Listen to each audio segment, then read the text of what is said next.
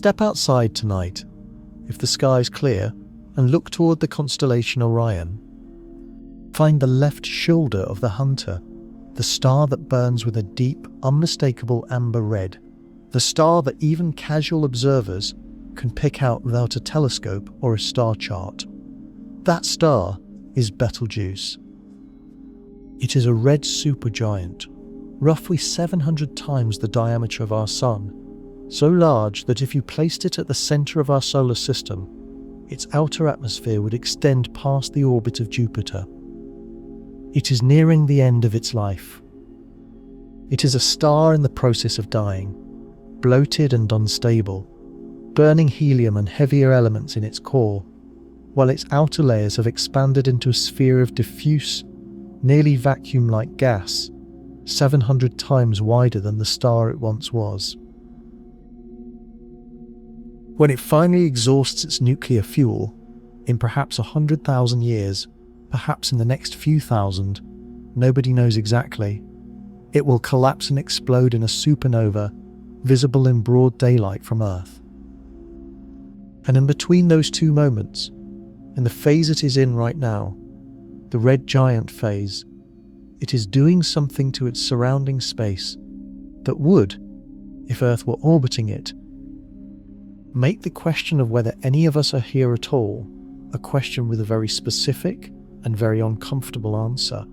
If you enjoy videos that take the most extreme what-if scenarios in astrophysics and work through them with genuine scientific rigour, that don't just gesture at the strangeness, but actually follow the physics wherever it leads, I genuinely appreciate it if you hit that like button and subscribe. It helps more than you know. Now, settle in, get yourself nice and comfortable. Let's begin.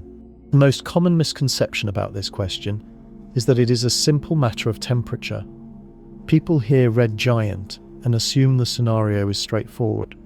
The star gets bigger and hotter, Earth gets hotter, the oceans boil, life ends. A kind of scaled-up version of running too close to a campfire. This framing is wrong in almost every respect. Red giant stars are not hotter than the Sun. They are actually cooler at their surface, which is precisely why they appear red rather than yellow-white. The crisis they create for surrounding planets is not primarily a crisis of too much heat in the ordinary sense, though heat is certainly part of it. The crisis is something far more profound, far more structure, and far more interesting than a simple roasting. It is a crisis of physics operating at multiple scales simultaneously, of orbital mechanics and stellar winds and atmospheric chemistry and tidal forces and radiation environment and geological transformation, all operating at once, reshaping a world in ways that require understanding each mechanism separately before you can appreciate how terrible they are in combination. The scenario we are about to explore is not Earth gets hot. It is Earth is subjected to a complete restructuring of every environmental parameter simultaneously, driven by a star that is itself in the middle of the most dramatic transformation in stellar physics. The difference matters. The details are what make this extraordinary.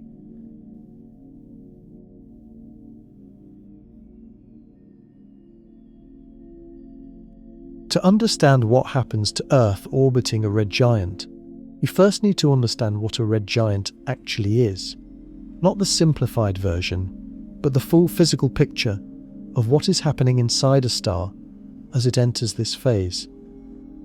And to understand that, you need to start from the beginning of a star's life. The Sun has been burning for approximately 4.6 billion years. In its core, hydrogen nuclei, protons, are being fused into helium nuclei, releasing energy in the process by converting a tiny fraction of the fuse mass directly into energy via Einstein's E=mc². This process has been going on since before the Earth existed, and it has been remarkably stable, The Sun's luminosity today is roughly 30% higher than it was when the solar system formed 4.6 billion years ago. But this increase has been gradual and slow, spread over geological time. The Sun is currently in what astronomers call the main sequence, the long, stable middle period of a star's life, during which hydrogen fusion in the core provides the energy that supports the star against gravitational collapse. The Sun will remain on the main sequence for another approximately 5 billion years. After that, something fundamental changes. That something fundamental was one of the great theoretical achievements of 20th century astrophysics, worked out in detail by figures including Subrahmanyan Chandrasekhar, Hans Bethe, Fred Hoyle, and a generation of nuclear physicists and computational astrophysicists who built the mathematical framework of stellar evolution. Before their work, the life cycle of stars was not understood. Stars were observed to have different colours and temperatures: hot blue stars, yellow stars like the Sun, orange and red stars, but the physical sequence connecting these observations into a single coherent narrative was not established. The Hertzsprung-Russell diagram, independently constructed by Ejnar Hertzsprung in 1906 and Henry Norris Russell in 1910,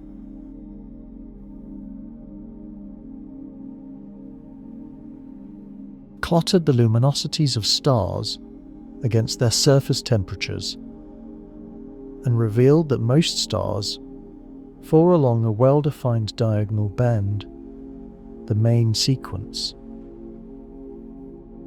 with a separate population of luminous, cool stars sitting above and to the right of this band. Those upper right stars were called giants, and later, for the most extreme cases, supergiants. Nobody in 1910 knew what they were. They knew only that they were different. The explanation came decades later, as the physics of nuclear reactions in stellar interiors was worked out. The giants and red giants are stars that have exhausted their core hydrogen and are running on the hydrogen-burning shell, the same physical mechanism we described above. This was confirmed not just theoretically but observationally, as increasingly precise measurements of stellar compositions and ages in star clusters revealed that stars in the same cluster, all formed at the same time from the same gas cloud, and therefore all the same age, evolve off the main sequence at different rates, depending on their mass.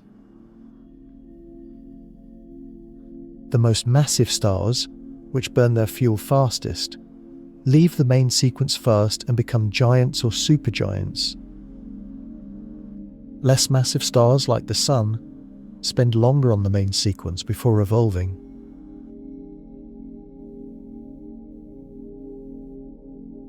Stars less massive than the Sun, burning their fuel so frugally that their main sequence lifetimes exceed the current age of the universe, have not yet evolved off the main sequence at all. By observing clusters of different ages and seeing which stars have evolved into giants, astronomers confirmed the theoretical predictions with extraordinary precision. The red giant phase is not theoretical speculation. It is observed directly in thousands of stars throughout the galaxy at every stage of their evolution.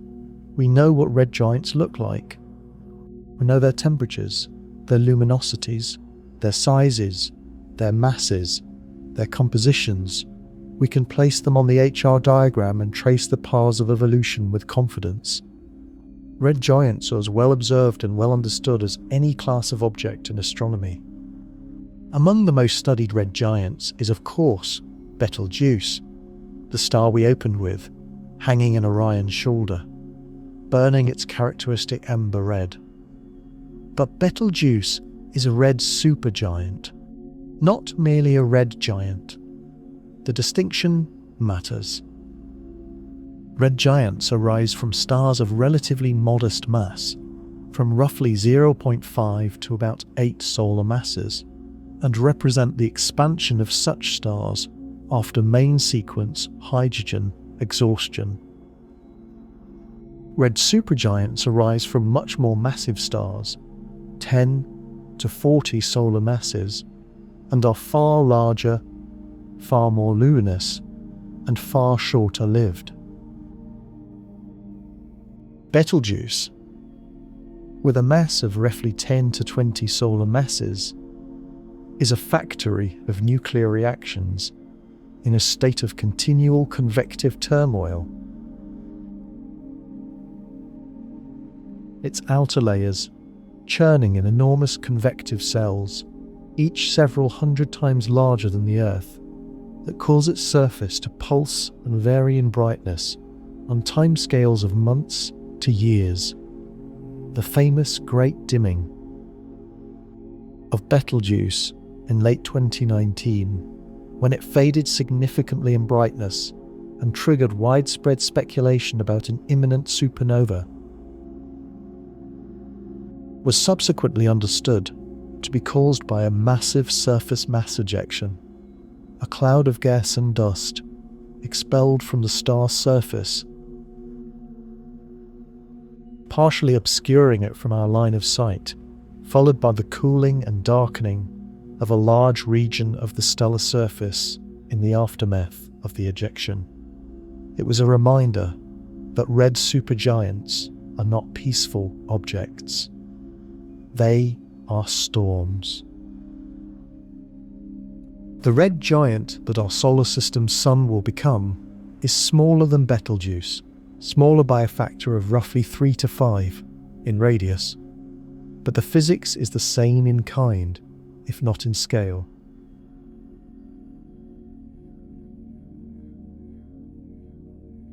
Our Sun, classified as a G2V main sequence star, will follow the well-understood evolutionary track for a star of its mass, main sequence for approximately 10 billion years total.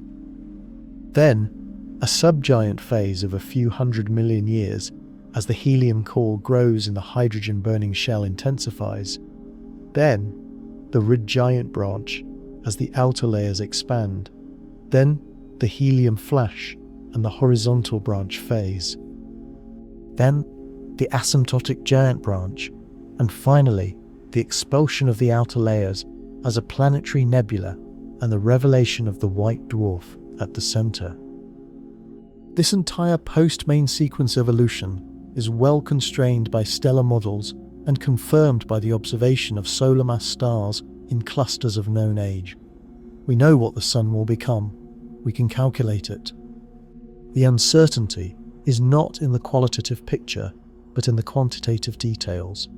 Exactly how large the sun will become at its maximum, whether it will physically engulf Earth or merely broil it while stopping just short of ingestion.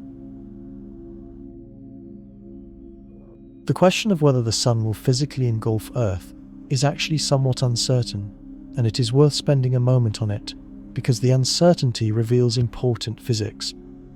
As the sun loses mass through its intensifying stellar wind during the red giant phase, the gravitational attraction of the sun on Earth decreases. A reduced gravitational pull means that Earth's orbital energy is slightly greater relative to the reduced mass of the star, which causes Earth's orbit to expand, to drift outward. This outward migration of Earth's orbit may be sufficient to keep Earth just outside the sun's expanding surface at maximum red giant radius, or it may not. The answer depends on the exact rate of mass loss and the exact maximum radius, both of which involve uncertainties in the physics of stellar winds and stellar structure. Some calculations suggest Earth will be engulfed, dragged into the expanding stellar envelope by tidal friction, spiraling inward as the stellar material engulfs and decelerates it, ultimately consumed by the outer layers of the star. Other calculations suggest Earth will survive just outside the maximum radius, emerging from the red giant phase as a scorched, airless rock orbiting the newly formed white dwarf. Either way, engulfed or merely scorched, the result is the same. No oceans, no atmosphere, no life, no recognizable connection to the world we currently inhabit. The stellar wind deserves much deeper treatment than we have yet given it, because it is one of the most consequential aspects of the red giant environment, and one that is less intuitively obvious than the luminosity increase. The current solar wind is a constant low-density outflow of charged particles, primarily protons and electrons, with a smaller fraction of helium nuclei and trace amounts of heavier elements streaming outward from the Sun's corona at velocities of 300 to 800 kilometers per second. The corona, the Sun's outer atmosphere, visible as the pearly white halo during a solar eclipse, reaches temperatures of 1 to 3 million Kelvin, far hotter than the photosphere below it, for reasons that are still not fully understood. This high coronal temperature drives the expansion of the solar wind. The thermal pressure is sufficient to accelerate the coronal plasma to supersonic velocities, and it streams outward continuously, filling the entire heliosphere, the bubble of solar influence that extends roughly 100 astronomical units in all directions before the solar wind runs into the interstellar medium and decelerates abruptly at the heliopause. The mass loss rate of the current solar wind is approximately 2 times 10⁻⁴ solar masses per year. At this rate, the Sun has lost a negligible fraction of its total mass over its lifetime, less than 0.1%. But when the Sun becomes a red giant, this changes dramatically.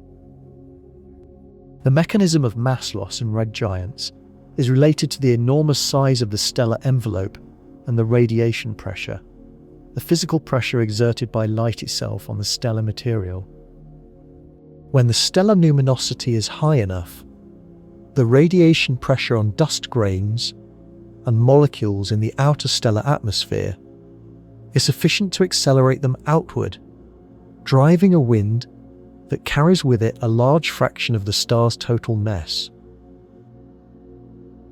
The mass loss rate in the red giant phase is estimated at 10⁻⁸ to 10⁻⁷ solar masses per year for a solar mass star, roughly 1,000,000 times the current solar wind rate. At the higher end, the Sun will lose several tenths of a solar mass during the red giant phase, a significant fraction of its total current mass of 2 by 10,300 kilograms. This mass loss carries enormous consequences. The first is orbital dynamics. As we discussed, the decreasing stellar mass causes Earth's orbit to expand. The second is the physical environment. The red giant stellar wind fills the inner solar system with a much higher density of particles than the current solar wind. At Earth's orbital distance from a red giant, the density of the stellar wind is perhaps 1,000,000 times higher than the current solar wind density at Earth. The impact on any planetary magnetosphere is severe. Let us trace this impact in detail.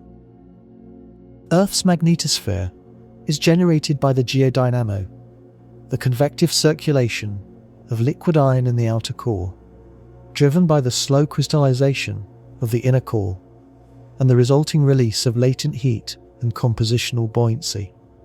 This circulation of electrically conducting fluid in the presence of rotation generates a magnetic field through the same dyno mechanism that operates industrial generators.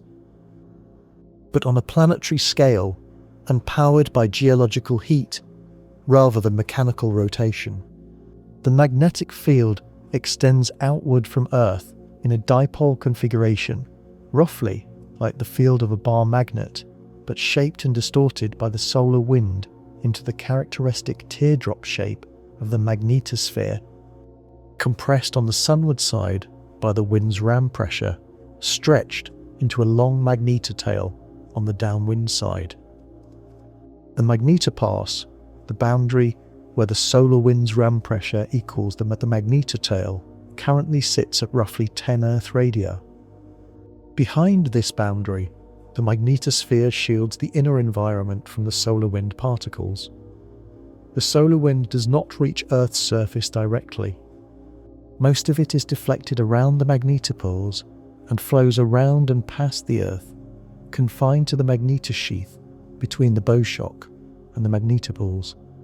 Only a small fraction of solar wind particles penetrate the magnetosphere, entering through the polar cusps, regions near the magnetic poles where the field lines funnel down toward the atmosphere, and producing the auroral displays that occur when energetic particles rain down the field lines into the upper atmosphere and ionize the atmospheric gases. Under a red giant stellar wind, with a density and flux perhaps 1 million times higher than today, this balance is completely disrupted. The ram pressure of the stellar wind scales with the particle density. A millionfold increase in density produces a millionfold increase in ram pressure. The magnetic pressure of Earth's field, needed to balance this, is correspondingly greater, which would require either a magnetic field roughly 1,000 times stronger than Earth's current field, since magnetic pressure scales as field strength squared. A millionfold increase in required pressure needs a 1,000-fold increase in field strength, or a much closer magnetopause. Earth's field is unlikely to strengthen by such a factor. The geodynamo is constrained by the heat flow from the core and the composition of the core fluid. An extreme intensification is not expected. The more likely outcome is that the magnetopause is pushed in dramatically, from 10 Earth radii to perhaps 1 to 2 Earth radii, barely above the top of the atmosphere. At this distance, the magnetosphere provides little protection. The intense stellar wind particles penetrate into the upper atmosphere, driving spettering, the physical ejection of atmospheric atoms by particle bombardment, at rates far exceeding anything in the current solar system. Even with the magnetosphere present, the atmospheric erosion by sputtering under red giant wind conditions would be catastrophic on geological timescales, measured in millions of years rather than billions.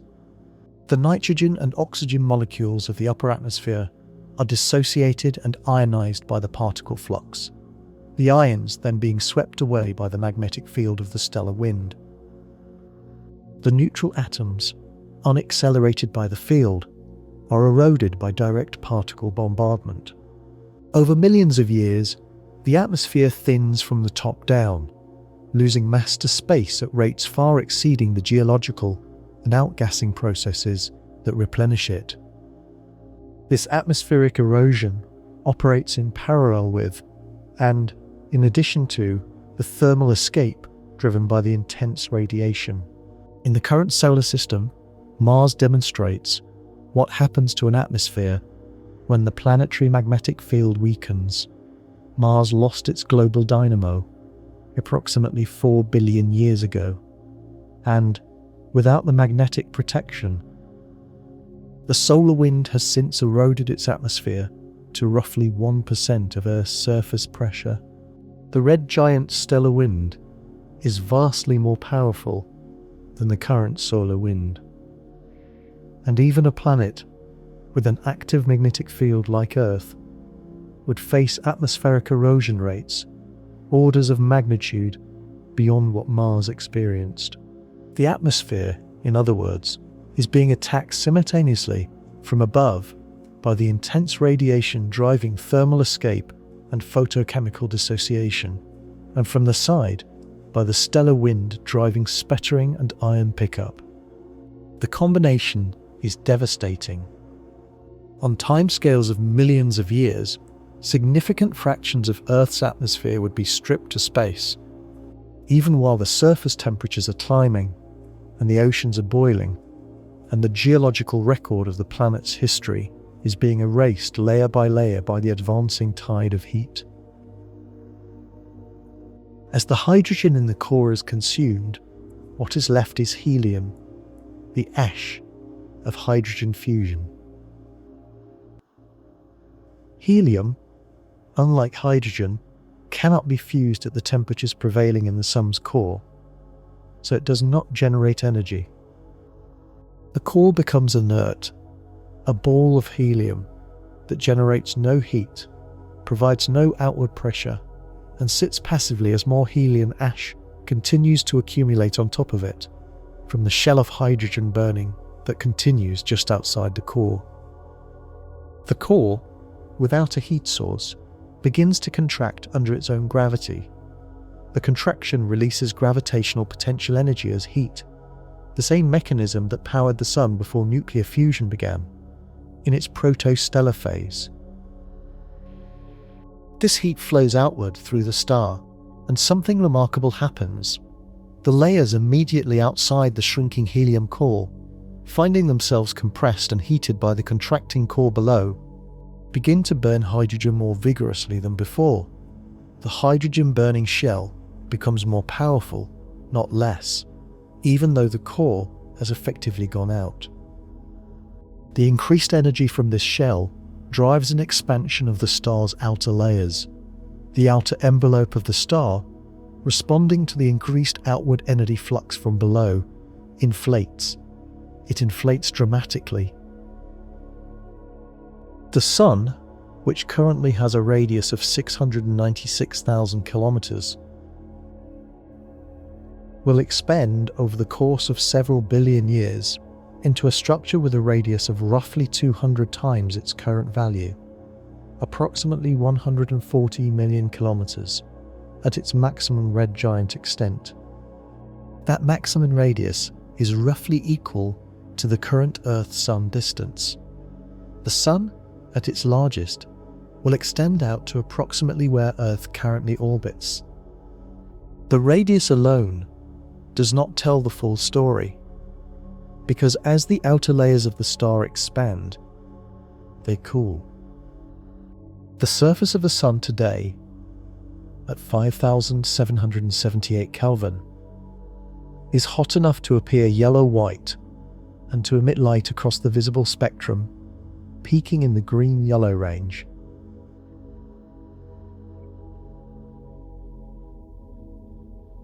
As the Sun expands into a red giant, its surface temperature drops to around 3,000 to 4,000 Kelvin, cool enough that the peak of its emission shifts into the red and near-infrared, giving it the ruddy appearance that characterizes all red giant stars. Hence the name. Not red because it is hot, red because it is cool. The paradox of the red giant is that the interior is becoming more energetic. The helium core is contracting, the hydrogen-burning shell is intensifying, while the surface is becoming less energetic for unit area. The total luminosity increases dramatically, because the surface area is vastly larger, even though the temperature is lower. The luminosity of the Sun at its maximum red giant phase is estimated at around 2,700 times its current value. Not 2.7 times, 2,700 times as much energy as it does today, and it will pour it out from a surface that extends to where Earth currently orbits. This is the star that our thought experiment places Earth around, not the Sun as it currently is, but a star of roughly solar mass in the red giant phase with a luminosity of 2,700 solar luminosities, a surface temperature of roughly 3,500 Kelvin, a radius extending to roughly the current Earth-Sun distance, and a set of other properties, a stellar wind, a radiation environment, a gravitational influence, that together define the conditions in the surrounding space. And now the question becomes, where would Earth need to be to survive this? And what would it look like if it did? And what would happen to it if it didn't? Let us begin with the question of where the habitable zone is, because this is the organizing concept for thinking about what any planetary surface conditions would be under a red giant sun. The habitable zone of a star is the range of orbital distances at which a planet with the right atmospheric conditions could maintain liquid water on its surface, the so-called Goldilocks zone, not too hot and not too cold. For the current Sun, this zone spans roughly from about 0.95 astronomical units to about 1.37 astronomical units, where 1 astronomical unit is the average Earth-Sun distance. Earth is comfortably inside this range, which is why liquid water can exist on its surface, and why its surface temperature averages around 15 degrees Celsius.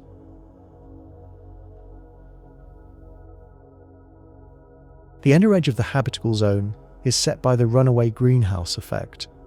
If a planet is too close to its star, the water vapor in its atmosphere absorbs enough infrared radiation to trap heat until the oceans evaporate, creating a feedback loop that drives the surface to extreme temperatures, what happened to Venus, probably, in its early history. The outer edge is set by the ability of atmospheric carbon dioxide to maintain sufficient greenhouse warming to keep the surface above freezing. For a red giant with 2,700 times the Sun's current luminosity, the habitable zone is dramatically farther out. The habitable zone distance scales as the square root of the luminosity, so a star 2,700 times more luminous has a habitable zone roughly the square root of 2,700, about 52,000 times farther out than for the current Sun. The inner edge of the habitable zone around a red giant of this luminosity sits at roughly 50 astronomical units. The outer edge is perhaps at 80 or 90 astronomical units. For comparison, 50 astronomical units is roughly the distance of Pluto from the Sun, the inner edge of the Kuiper belt. The habitable zone for a mature red giant is way out in what is currently the solar system's deep outer reaches, the realm of Kuiper belt objects, of dwarf planets, of comets.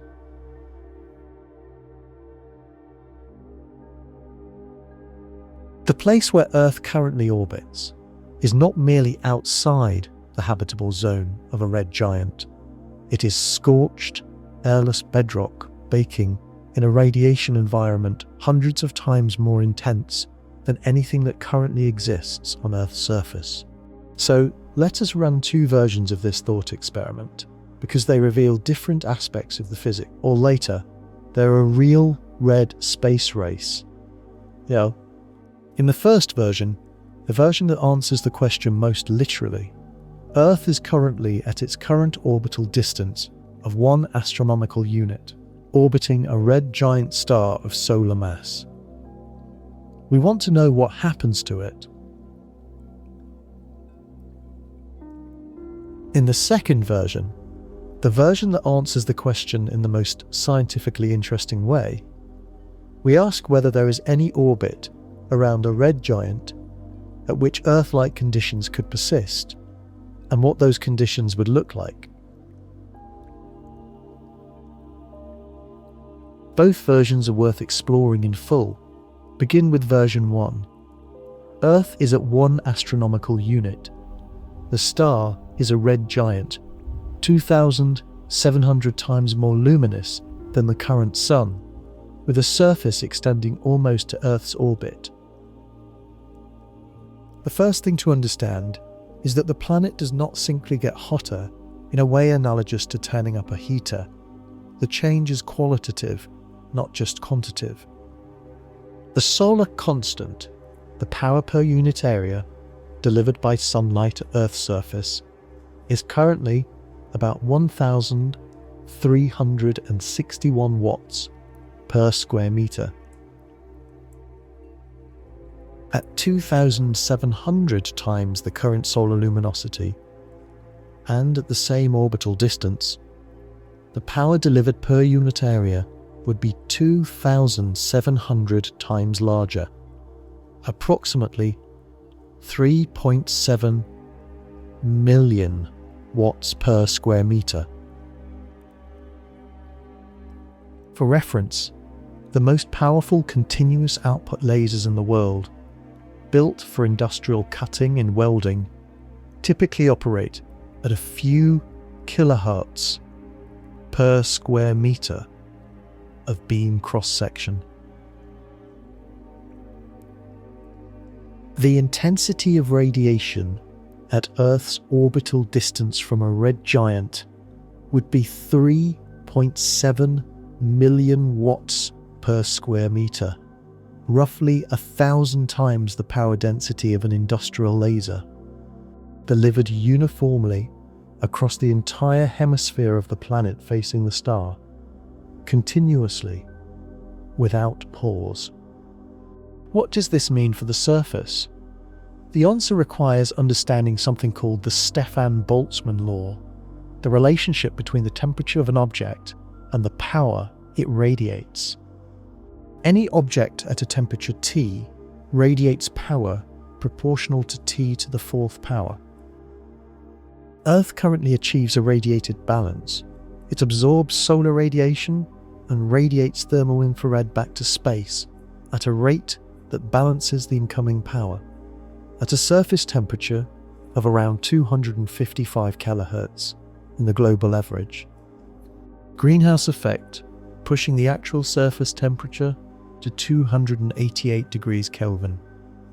If the incoming radiation is suddenly 2,700 times more intense, the radiative balance temperature scales as the fourth root of 2,700, which is approximately 7.2.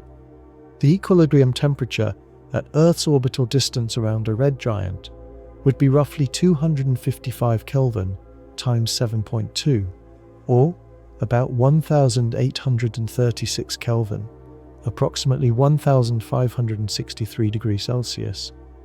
At this temperature, the surface rocks are not merely hot, they are molten. The melting point of basalt, the most common volcanic rock on Earth's surface, is around 1,000 to 1,200 degrees Celsius.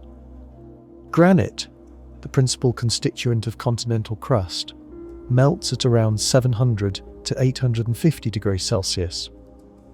At an equilibrium temperature of 1,563 degrees Celsius, the entire surface of Earth, every continent, every ocean basin, every mountain range, is a sea of liquid rock.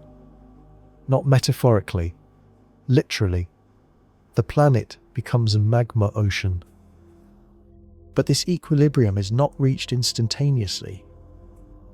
It is reached over a time scale set by the heat capacity of the oceans and the surface rocks, and on the way to that equilibrium, a sequence of catastrophic events unfolds that changes the planet's character fundamentally, one after another, before the final molten state is reached.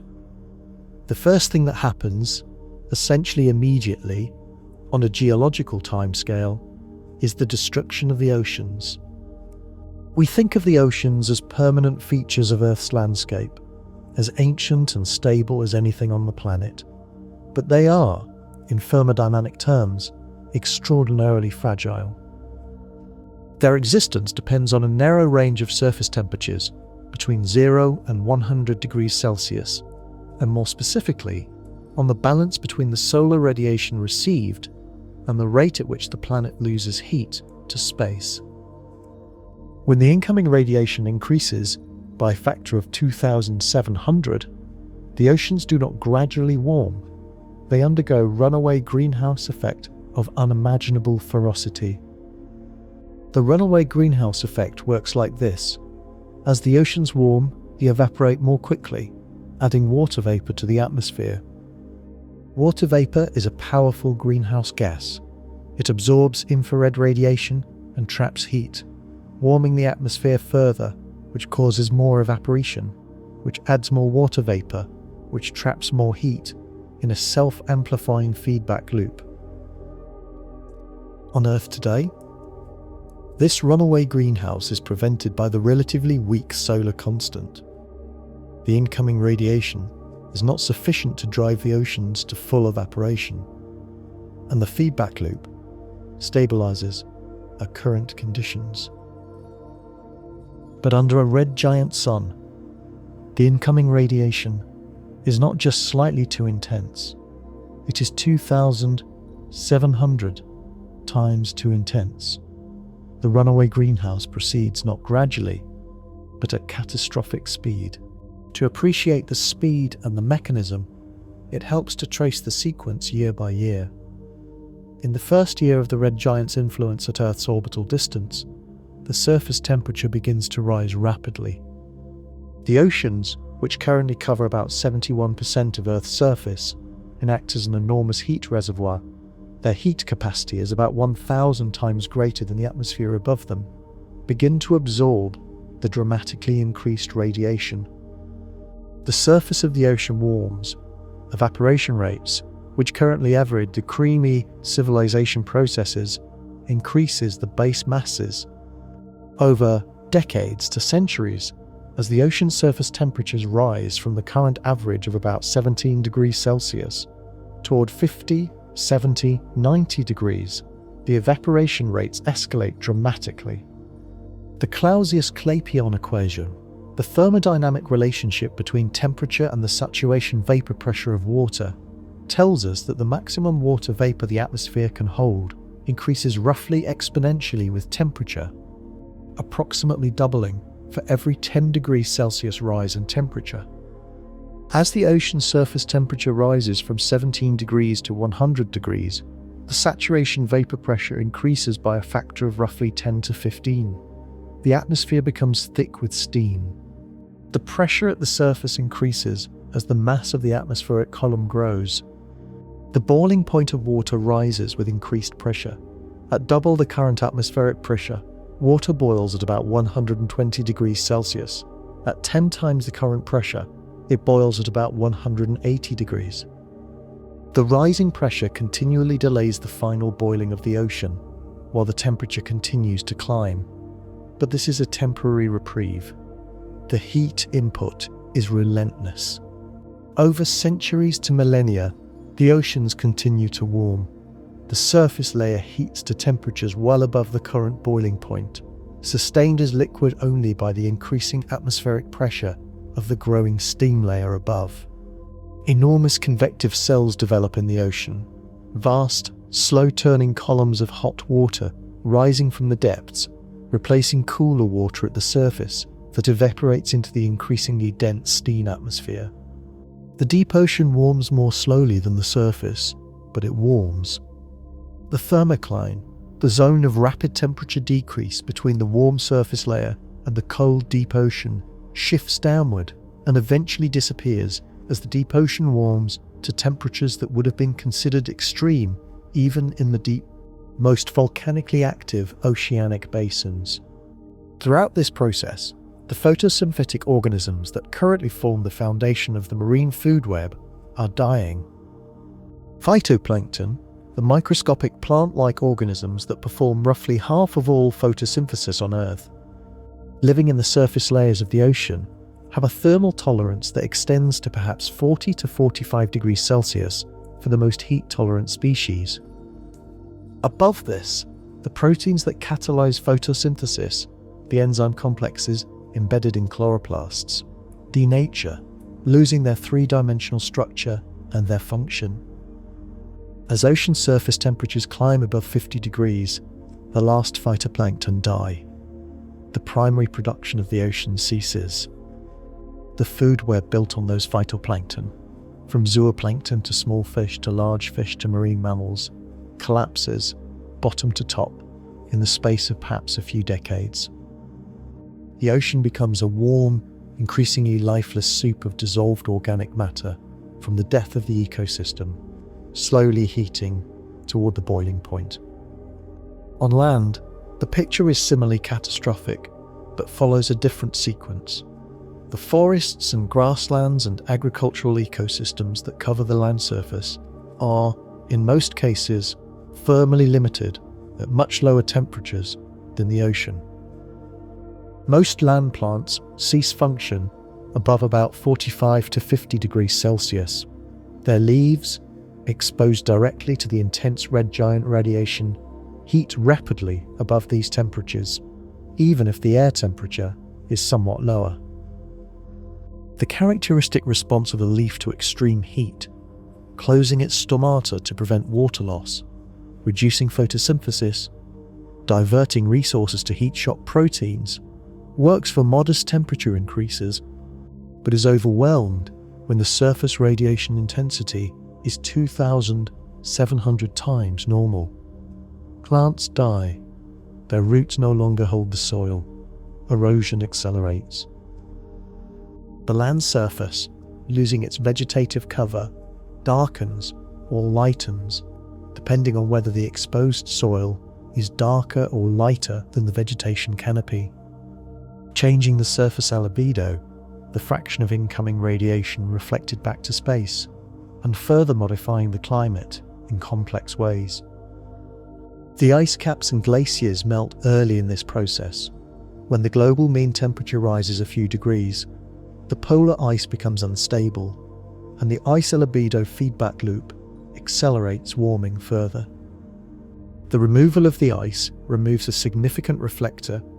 Ice has an albedo of roughly 0.8, reflecting 80% of incoming radiation, compared to ocean water's albedo of about 0.06. As the ice is replaced by open ocean, the surface absorbs far more radiation, amplifying the warming. This feedback, which is a significant concern even for modest climate change on Earth today, is completely irreversible in the red giant scenario. The polar ice melts once and never returns, and the amplification it provides helps push the ocean temperatures toward the runaway threshold. The loss of the oceans has cascading consequences across every Earth system. The oceans are not merely a reservoir of liquid water, they are a critical component of the carbon cycle, absorbing carbon dioxide from the atmosphere and depositing it in carbonate rocks on the seafloor through the process of carbonate weathering. They are a heat sink, distributing thermal energy around the planet and moderating temperature differences between poles and equator. They are the medium in which life evolved and within which a large fraction of all living organisms currently reside.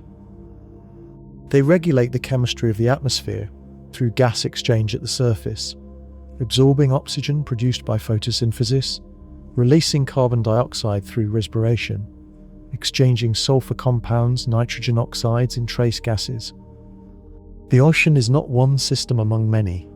It is the central hub through which most of Earth's major biogeochemical cycles flow. When the oceans are gone, every one of these functions ceases simultaneously.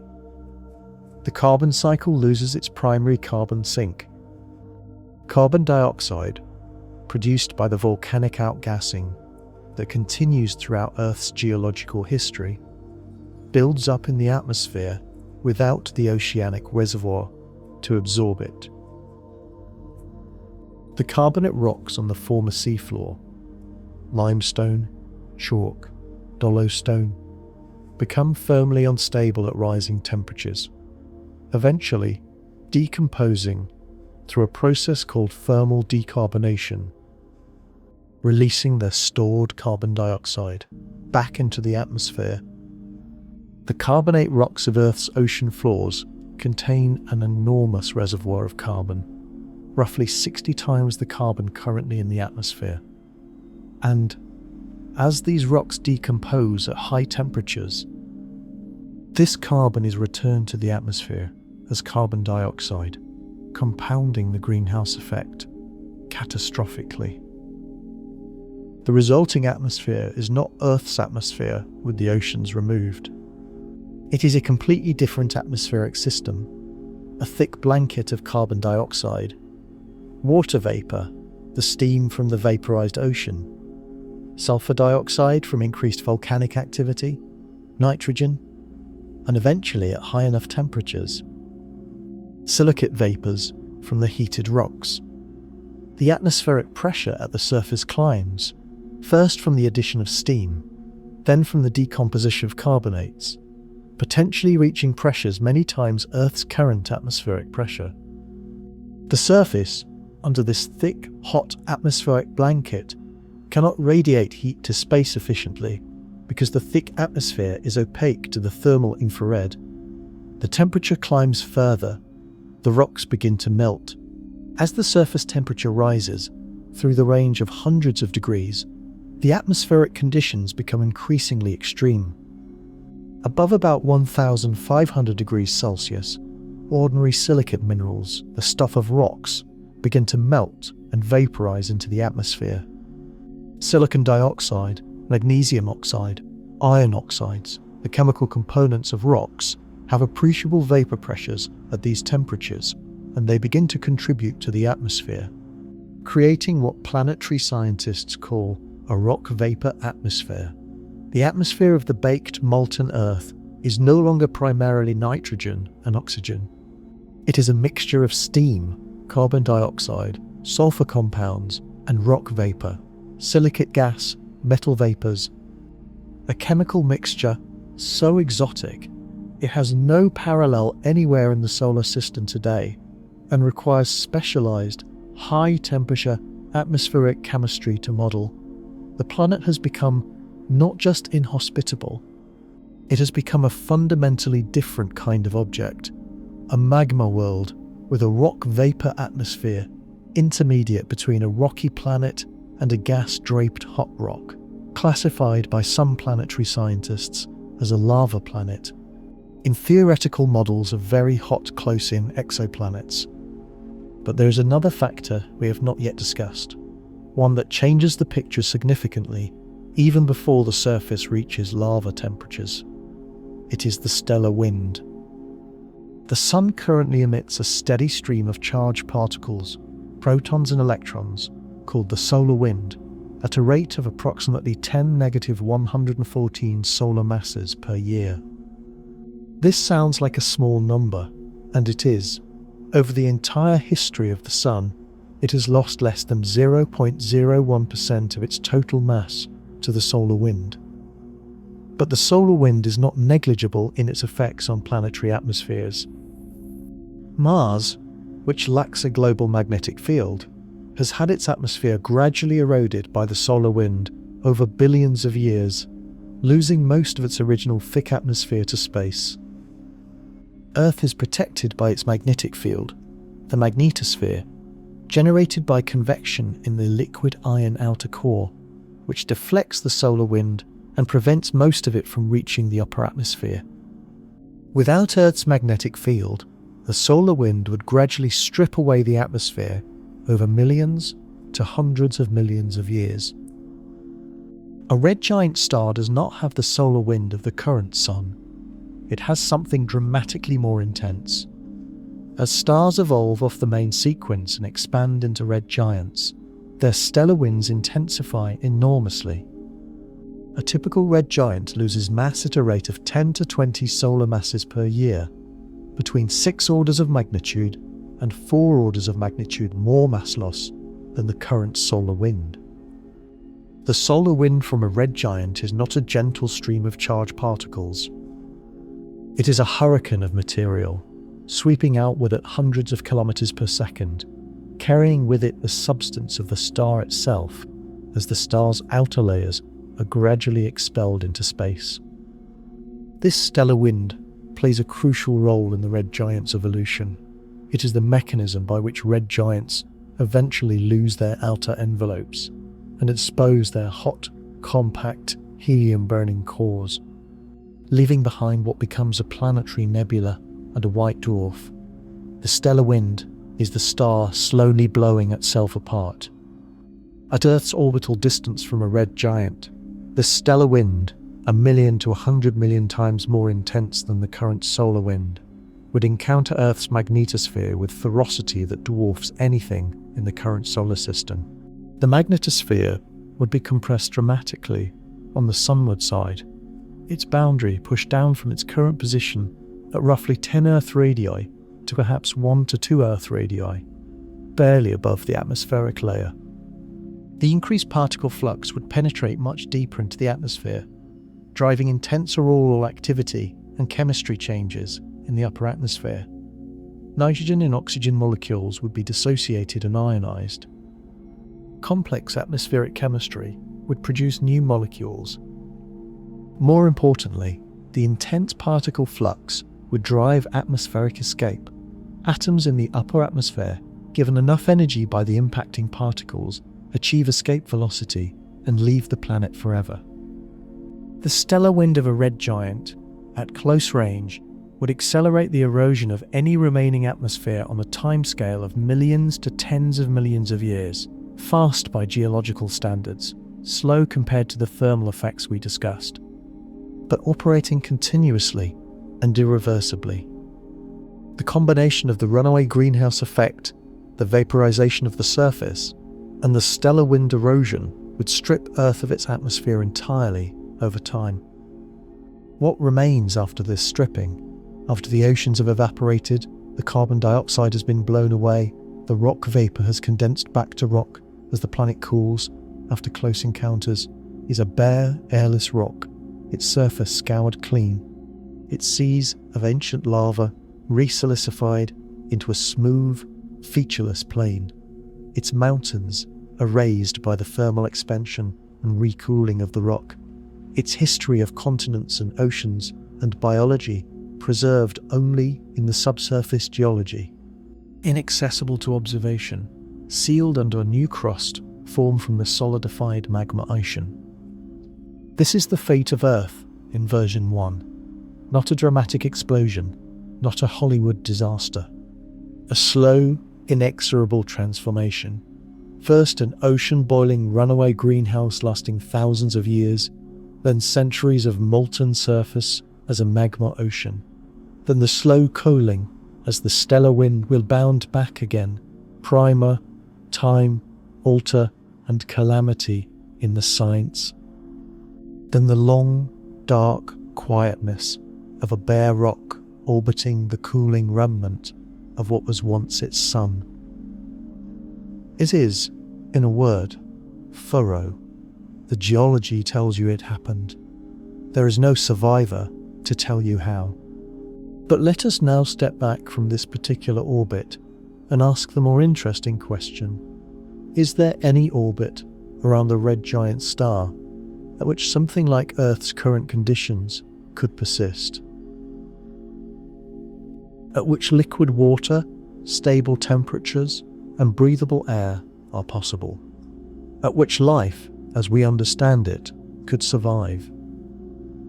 The answer, surprisingly, is yes, in principle. And working out the conditions under which this is possible reveals some of the most extraordinary potential environments in stellar astrophysics. We established that the habitable zone of a solar mass red giant at its maximum expansion and luminosity is located between roughly 50 and 90 astronomical units from the star. This is the orbital distance range at which the incoming stellar radiation provides enough energy to maintain liquid water on a planet's surface, but not so much that the runaway greenhouse is triggered. At 50 to 90 astronomical units from the current Sun, there are no rocky planets. There are only icy bodies, Kuiper belt objects, trans-Neptunian dwarf planets, the occasional long-period comet. These objects are primarily water ice, carbon dioxide ice, methane ice, and silicate rock, frozen solid at temperatures of 30 to 50 Kelvin above absolute zero. They have been sitting at these distances for 4.6 billion years, frozen, inert, lifeless. But when a star becomes a red giant and its luminosity increases dramatically, these frozen outer bodies begin to warm.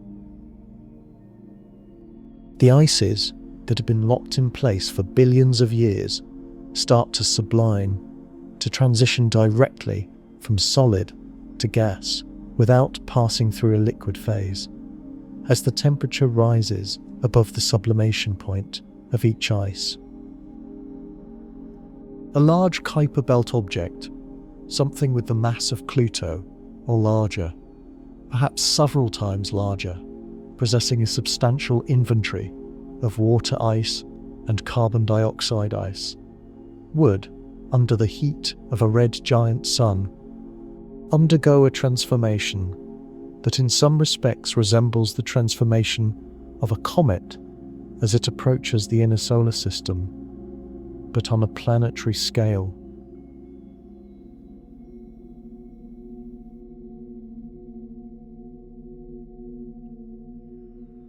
As the red giant heats these outer bodies, their surface ices sublimate, releasing gases that form a temporary atmosphere.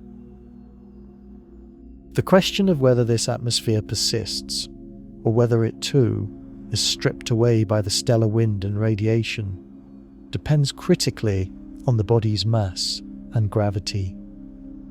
But a small Kuiper belt object, a few tens of kilometers across, has essentially no gravity to speak of. Any atmosphere it acquires is immediately lost to space. But a large body, something like Pluto, or better, a super Pluto, several times Pluto's mass, or a rocky body comparable to Mars or Earth that happens to orbit at these distances, has sufficient gravity to hold on to a thick atmosphere as the ices sublime. Here is the scenario. Imagine a rocky planet with roughly Earth's mass, one Earth mass of silicate rock and iron, that happens to orbit at 50 to 70 astronomical units from a star that has recently become a red giant. In the star's main sequence phase, this planet was frozen, locked in perpetual winter at temperatures far below the freezing point of water, its surface covered in ice, its interior cold and geologically quiet. When the star becomes a red giant, the warming begins. Over thousands of years, the surface temperatures rise through the range of dry ice sublimation, 195 Kelvin, through the sublimation of water ice, 273 Kelvin, toward temperatures compatible with liquid water, 273 to 373 Kelvin, at the appropriate pressures.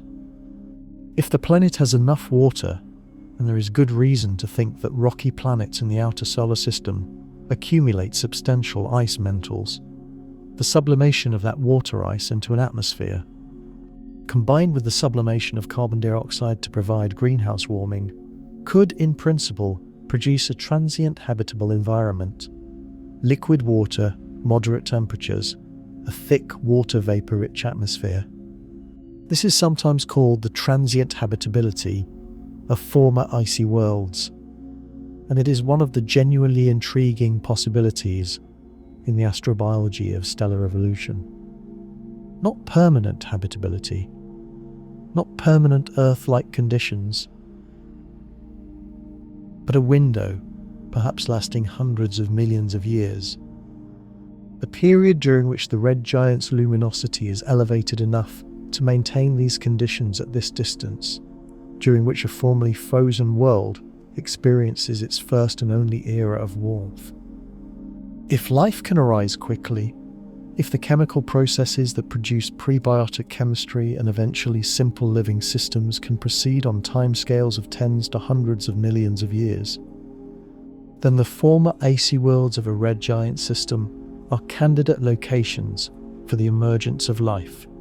Not life that has been there since the beginning, life that is brand new, born in the warmth of a dying star, living out its entire evolutionary history in the brief geological moment of a red giant's fire before the star cools and the world freezes again. This possibility, the idea that red giant stars might trigger the emergence of life on previously frozen worlds just as they sterilized the formerly habitable inner planets, is one of the most profound implications of stellar evolution for astrobiology. It inverts the usual picture in which stars provide the energy for life during their long, stable main sequence phase. In the red giant scenario, the life-enabling warmth comes at the end of the star's main sequence life, not during it, and the planets that benefit are not the warm inner planets. They have already been destroyed. The beneficiaries are the cold outer worlds, the ones that have been waiting patiently in the dark for their moment of warmth. But there is a problem with this scenario that must be addressed carefully: the duration. A red giant sun maintains its elevated luminosity for roughly 1 billion years, first on the red giant branch, where the helium core is contracting and the hydrogen burning shell is intensifying, then through the helium flash and the subsequent horizontal branch phase, and then through the asymptotic giant branch, the second, even more luminous red giant phase that a solar mass star goes through before it finally expels its outer layers and becomes a planetary nebula. The total time during which the luminosity is substantially elevated is on the order of 1 to 2 billion years. This is actually a reasonably long time. The history of life on Earth shows that the transition from simple chemistry to the first living cells took perhaps 500 million years, and the subsequent evolution of single-celled life occupied the next 3 billion years. If life can arise in 500 million years, the red giant habitable phase is long enough to produce living cells on former icy worlds, though perhaps not long enough to produce multicellular organisms or anything approaching intelligence. The more fundamental problem is not duration but chemistry. The outer solar system is not chemically identical to the environment in which life arose on Earth. The composition of icy bodies in the outer solar system is known from spectroscopic observations, and in the case of comets and Pluto, from spacecraft visits.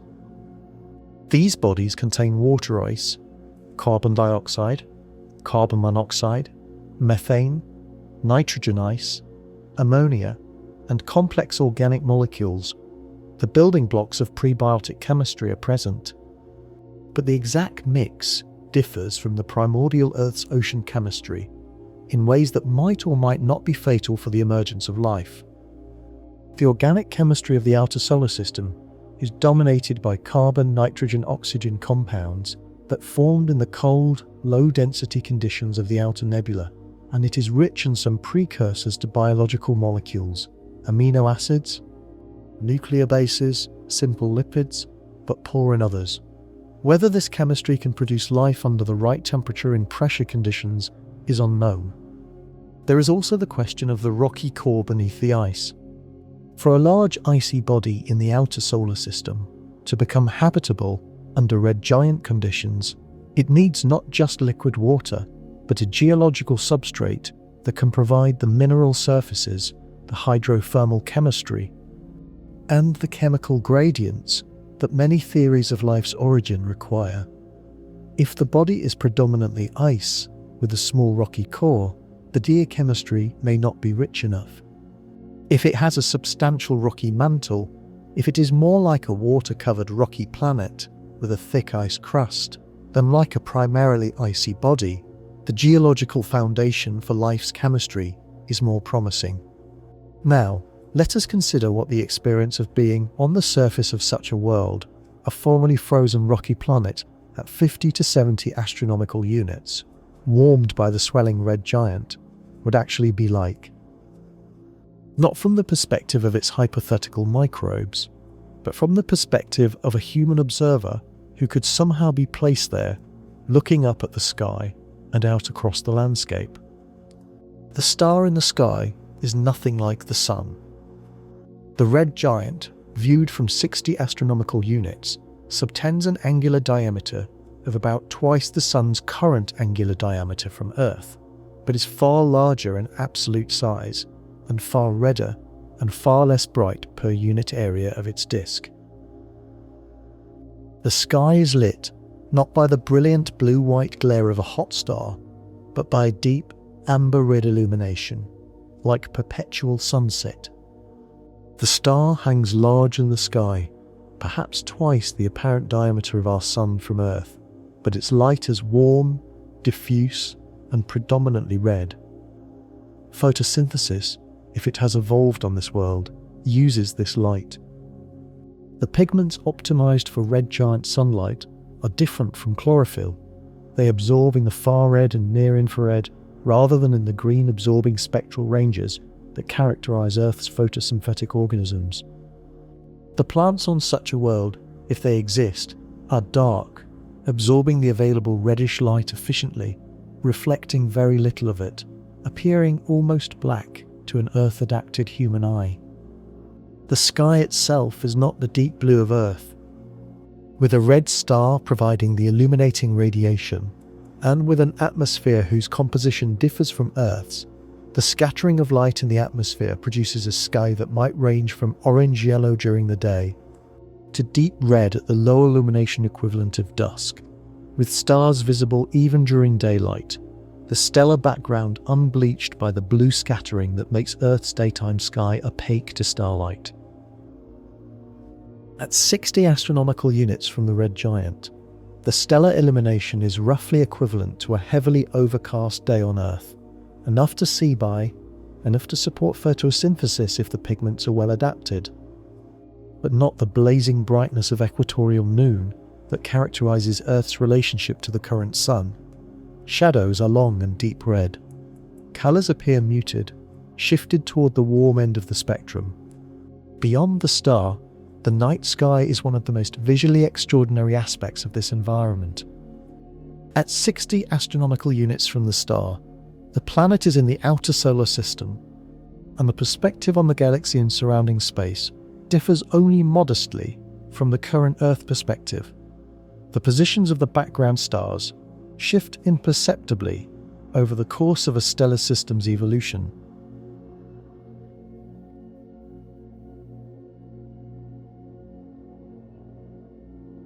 But within the system, the view is transformed. The giant star dominates one side of the sky. The outer planets, whatever remains after the stellar wind has acted on them, orbit at the familiar distances of Jupiter, Saturn, Uranus, Neptune. But the inner solar system is gone. The rocky inner planets, Mercury, Venus, Earth's ghost, Mars, have been either engulfed or sterilized. The asteroid belt has been swept and heated. What remains of the solar system at 60 astronomical units is the outer planetary system, roughly familiar, plus the transformed icy outer bodies that are now warm and active.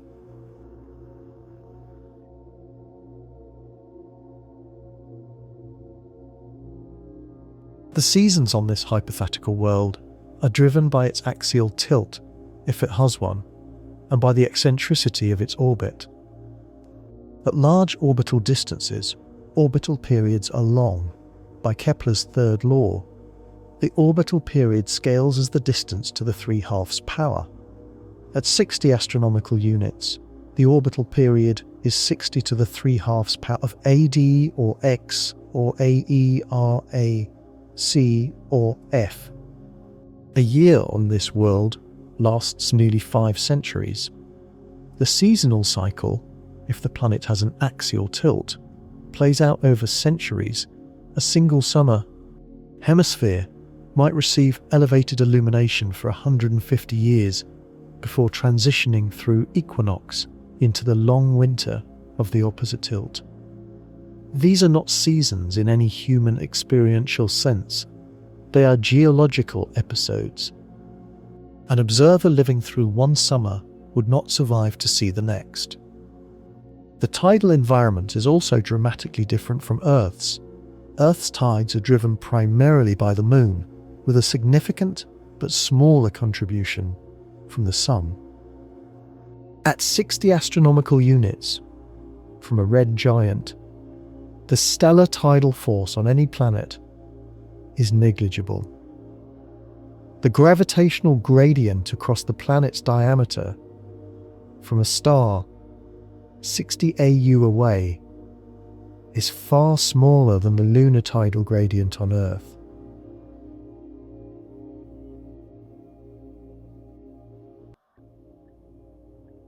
If the planet has a large moon, the tidal dynamics are similar to Earth.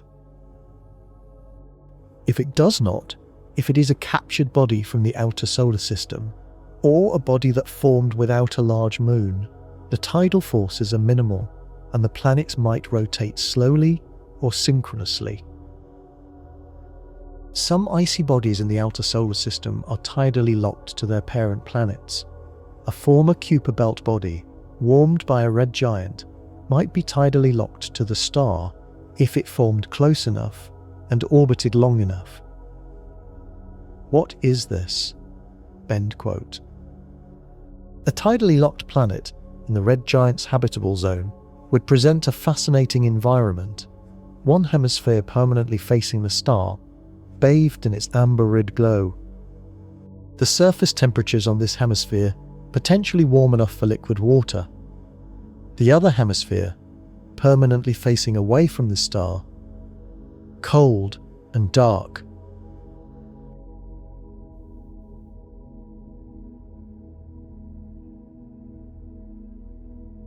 Temperatures dropping toward the cosmic microwave background if there is no atmospheric heat transport.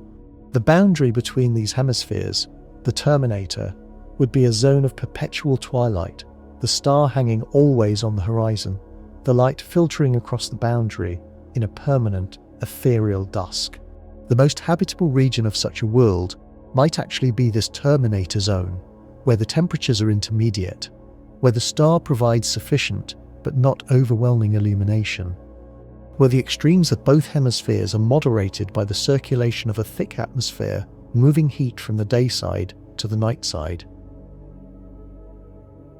The atmospheric circulation on a tidally locked world is unlike anything on Earth.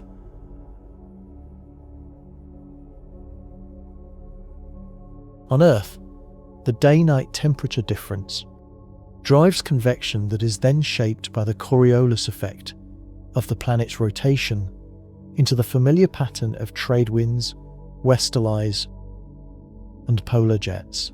On a tidally locked world, the permanent day-night temperature difference drives a single, large convective cell. Hot air rises over the day side, flows at high altitude toward the night side, cools and descends on the night side, returns at low altitude to the day side.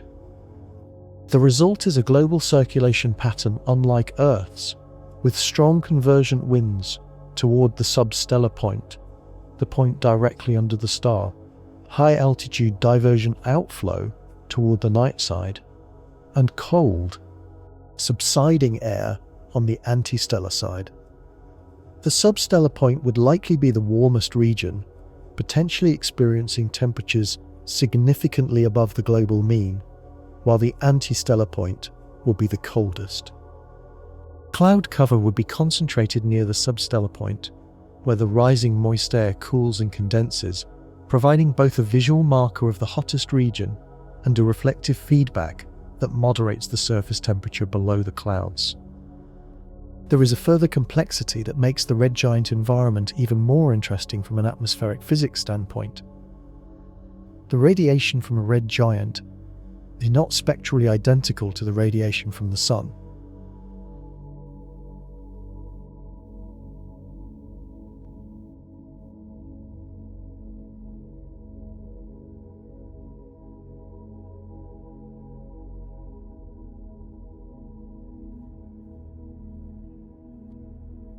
The Sun's spectrum peaks in the visible light range, with substantial UV emission that drives photochemistry in Earth's upper atmosphere, including the formation and maintenance of the ozone layer, which shields the surface from harmful UV radiation.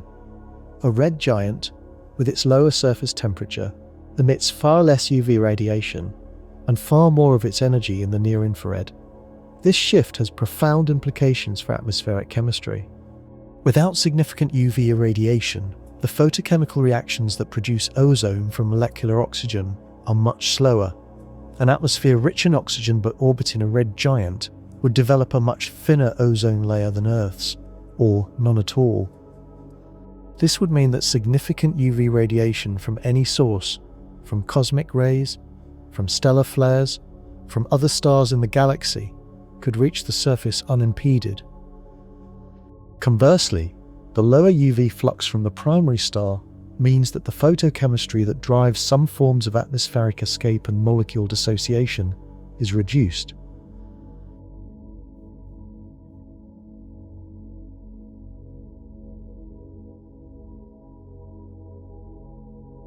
Potentially allowing molecules to persist in the atmosphere that would be photodissociated on Earth. Methane, for example, which has a short atmospheric lifetime on Earth because UV radiation breaks it apart, might persist in much higher concentrations in the atmosphere of a planet orbiting a cool red giant. This has interesting implications for biosignatures. A planet orbiting a red giant with abundant methane in its atmosphere might look quite different spectrally from Earth. And detecting signs of life on such a world requires searching for different chemical markers than the ozone-methane combination that makes Earth's atmosphere a biosignature. The implications extend to biology. Life on Earth is remarkably well adapted to sunlight. Chlorophyll absorbs specific wavelengths of visible light that are abundant in the sun's spectrum. Life on a planet orbiting a red giant would face a very different spectral environment. The available photons are predominantly in the near-infrared, not the visible. Photosynthetic organisms, if they evolve, would need to harvest these near-infrared photons efficiently. Some bacteria on Earth already do this. The so-called far-red and near-infrared photosynthetic bacteria, which absorb at wavelengths of 700 to 850 nanometers, beyond the absorption range of chlorophyll. These organisms offer a preview of what red giant adapted photosynthesis might look like, though they would need to extend their absorption even further into the infrared to exploit the peak emission wavelengths of a red giant spectrum.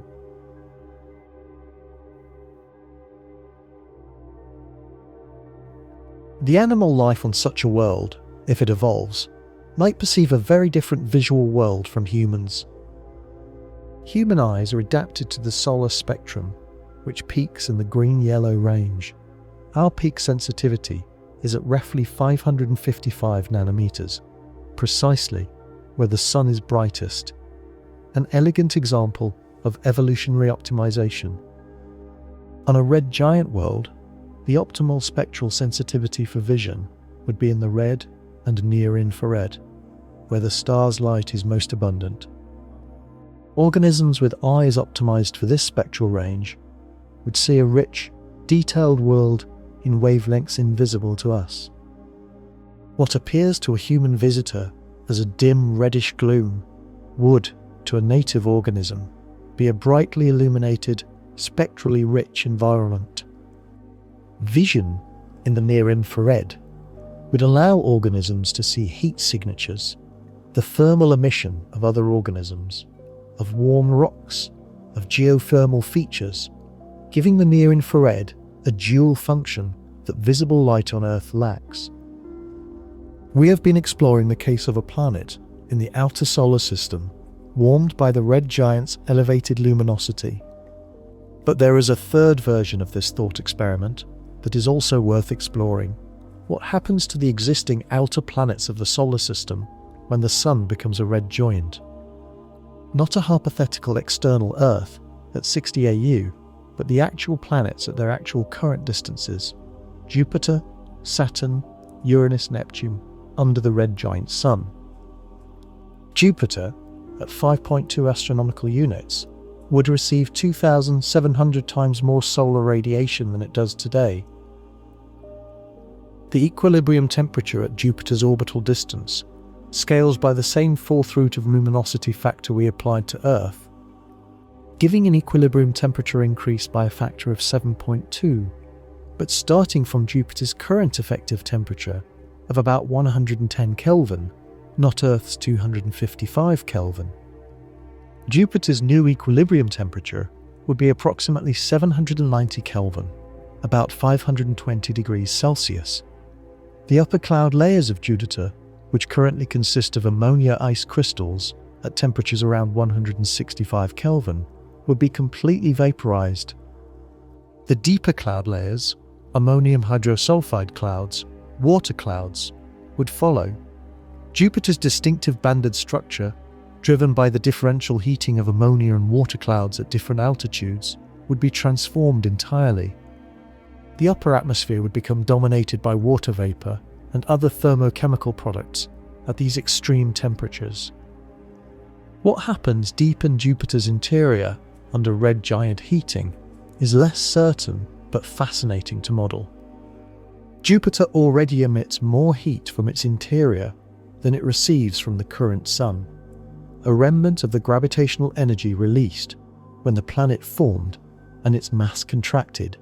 Under the red giant, the external heat input at the upper atmosphere would dwarf this internal heat flux, driving a thermal gradient that runs in the opposite direction from today's, not from hot interior to cold space, but from hot exterior radiation down into the cooler interior. The dynamics of Jupiter's atmosphere under these conditions, with intense external heating from above, continued internal heat from below, and no solid surface to anchor weather patterns, would be unlike anything in the current solar system. But the most significant changes at Jupiter are not to the planet itself, but to its moons. The Galilean moons, Io, Europa, Ganymede, and Callisto, are currently distributed between 782,700 kilometers from Jupiter, and they represent 4 entirely different types of icy or rocky body. Io, the innermost, is already volcanic, the most volcanically active body in the solar system, kept molten by the intense tidal heating from Jupiter. Europa, with its smooth ice surface and subsurface ocean, is the solar system's most celebrated candidate for extraterrestrial life. Ganymede, the largest moon in the solar system, at 5,268 kilometers in diameter, has its own magnetic field, the only moon known to possess one. Callisto is a heavily cratered, differentiated, but geologically quiet ice rock body. Under the red giant sun, all 4 would be dramatically transformed.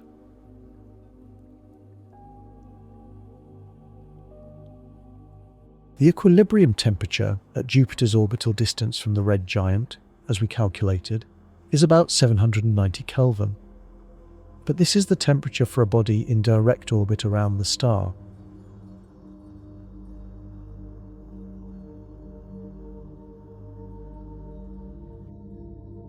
The Galilean moons, orbiting Jupiter, receive both the direct stellar radiation and the thermal emission from Jupiter itself, which would be radiating copiously at its elevated temperature. The net radiation environment on the Galilean moon surfaces would be even more intense than at Jupiter's orbital distance alone. At 790 Kelvin, water ice sublimates rapidly. The sublimation rate increases exponentially with temperature, and at this temperature, the ice surface would sublime in a matter of years or decades, rather than the geological timescales over which ice remains stable in the current solar system. Europa's ice shell, currently estimated at 10 to 30 kilometers thick, would completely sublime into space over perhaps a few thousand to tens of thousands of years. The ocean beneath, estimated to contain twice the volume of all Earth's oceans combined, would be directly exposed to space and to the intense radiation. the exposed ocean surface would warm, evaporate, and eventually boil. Whether the ocean could remain liquid long enough for any significant chemical or biological processes to occur in the fully exposed state depends on the rate of evaporation versus the rate of stellar energy input, a balance that favours rapid evaporation. However, there is a period before the complete loss of the ice shell, during which Europa's conditions might be extraordinary. As the ice shell thins from above, the thermal input increases, and the subsurface ocean, already warmed by the current tidal heating from Jupiter, warms further. The ocean chemistry changes as hydrothermal vents in the seafloor continue to inject minerals and energy into the water column.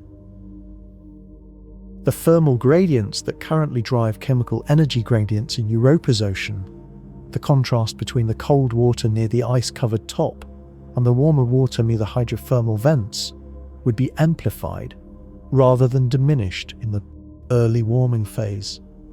If life currently exists in Europa's ocean, this period of intensified energy input might actually be beneficial.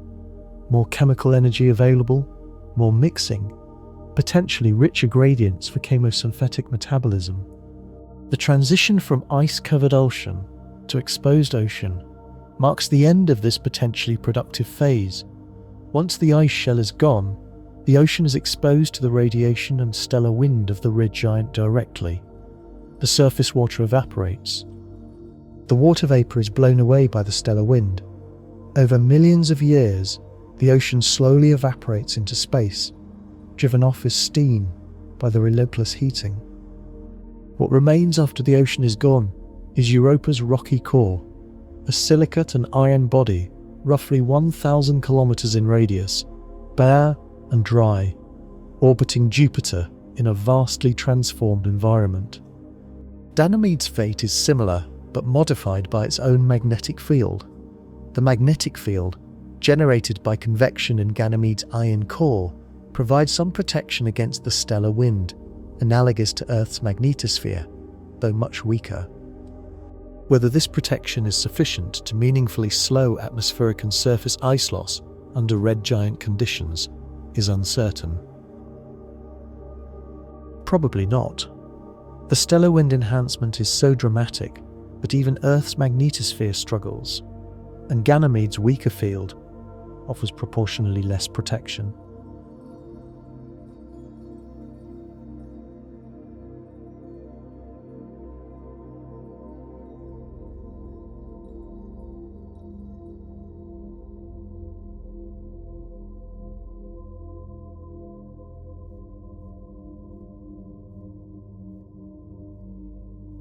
But the presence of a magnetic field makes Ganymede's transformation more complex and interesting than a simple ice-to-rock conversion.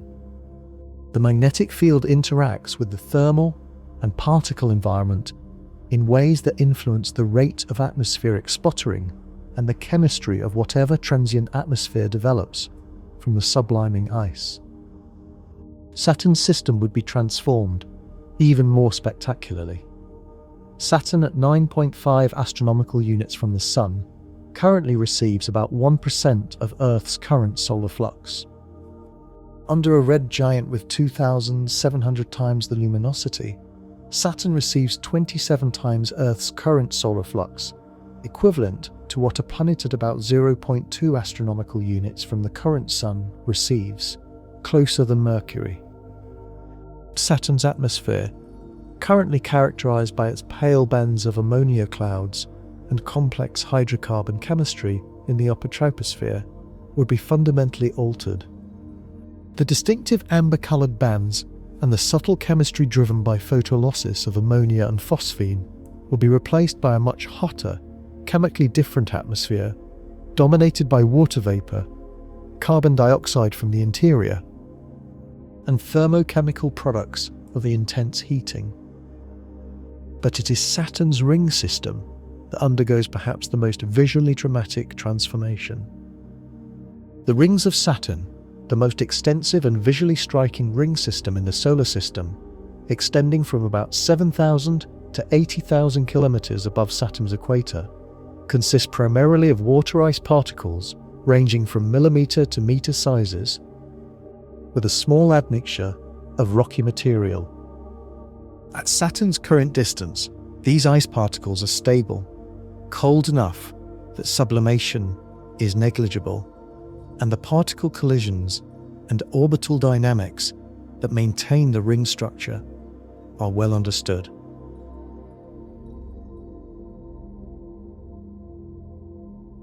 Under the red giant sun, the ice particles warm to temperatures far above the sublimation point for water ice and sublime rapidly. The rings of Saturn would disappear, evaporated into a thin haze of water vapor that is then blown away by the stellar wind. Saturn without its rings, a pale, featureless globe orbiting in the transformed outer solar system, its most iconic feature gone. Titan's fate is among the most complex and scientifically interesting in the entire scenario. Titan is unique in the solar system, the only moon with a thick atmosphere comparable to Earth's, with a surface pressure of 1.45 bar and an atmospheric composition primarily of nitrogen, 98.4%, and methane, 1.6%, with trace quantities of dozens of complex organic molecules produced by the photochemical reactions of nitrogen and methane in the upper atmosphere. The orange haze that gives Titan its characteristic colour consists of tholins, complex organic polymers produced by these reactions, coating Titan's surface in a global layer of dark, complex organic material that is, in terms of prebiotic chemistry, extraordinarily rich. As the red giant heats Titan, the methane sees on its surface, currently at 94 Kelvin, 3 Cs of liquid methane, covering perhaps 1.5% of the surface in the polar regions, begin to evaporate. The methane evaporates first, since its boiling point is only 112 Kelvin at standard pressure. As the methane seas evaporate, the atmospheric methane concentration increases, and the photochemical reactions in the upper atmosphere intensify. The tholins and other organic compounds on the surface begin to sublime and decompose. Water ice, which makes up a significant fraction of Titan's interior and appears as surface exposures in some regions, begins to warm. As temperatures climb above 273 Kelvin, the melting point of water ice, the water ice in Titan's crust begins to melt. This is the extraordinary moment.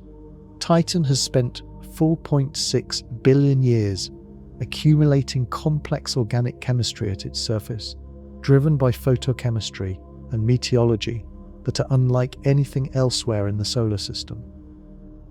The tholins and other organics on its surface represent the most extensive natural laboratory of prebiotic chemistry in the solar system. When the water ice in Titan's crust begins to melt, that water comes into contact with the organic chemistry on and near the surface. This is the contact between water and organics that many origin of life researchers consider a key trigger for prebiotic chemistry, the same contact that happened on Earth in its early oceans when water dissolved the organic compounds brought to Earth's surface by meteorites and produced in its early atmosphere. On Titan, this contact happens for the first time at the moment of red giant warming, after 4.6 billion years of separate preparation, 4.6 billion years of chemistry building up organic compounds, and then, suddenly, water.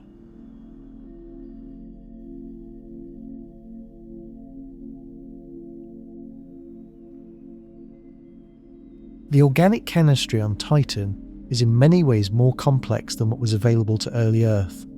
The tholins contain amino acid precursors, nucleobase-like compounds, and complex carbon-nitrogen-oxygen heterocycles that are among the most sophisticated natural organic synthesis products known. If the contact between this chemistry and liquid water, under the energy input of the red giant, is sufficient to trigger the emergence of life, then Titan's red giant phase would be the birth of a biosphere, the first and only biosphere this moon ever knows, arising in the warmth of a dying star with a legacy of 4.6 billion years of organic chemistry as its founding endowment. This possibility is taken seriously by astrobiology researchers. It is not confirmed, and it requires assumptions about the speed of life's emergence that are not yet validated.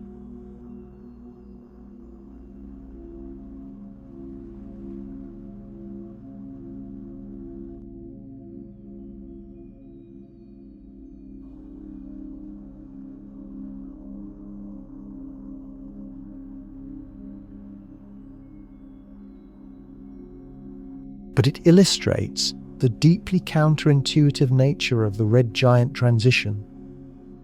The same event that ends the biosphere of Earth simultaneously creates the chemical conditions for the possible emergence of biospheres on the moons of Saturn and Jupiter.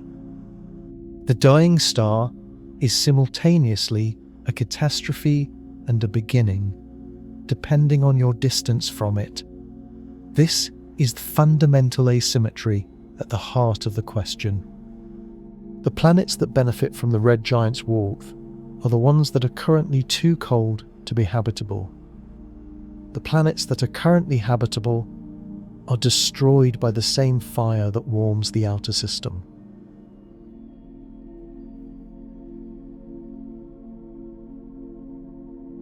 There is no universe in which both Earth and Titan are simultaneously in the habitable zone of the Sun.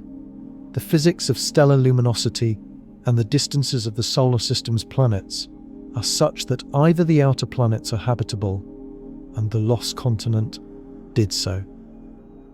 Inner planets are habitable, or inner planets are habitable, or the outer are frozen.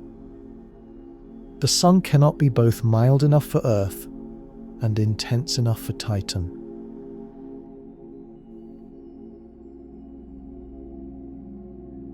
It is one or the other, and the transition from one state to the other is a catastrophe for everything that had been living in the previously habitable zone.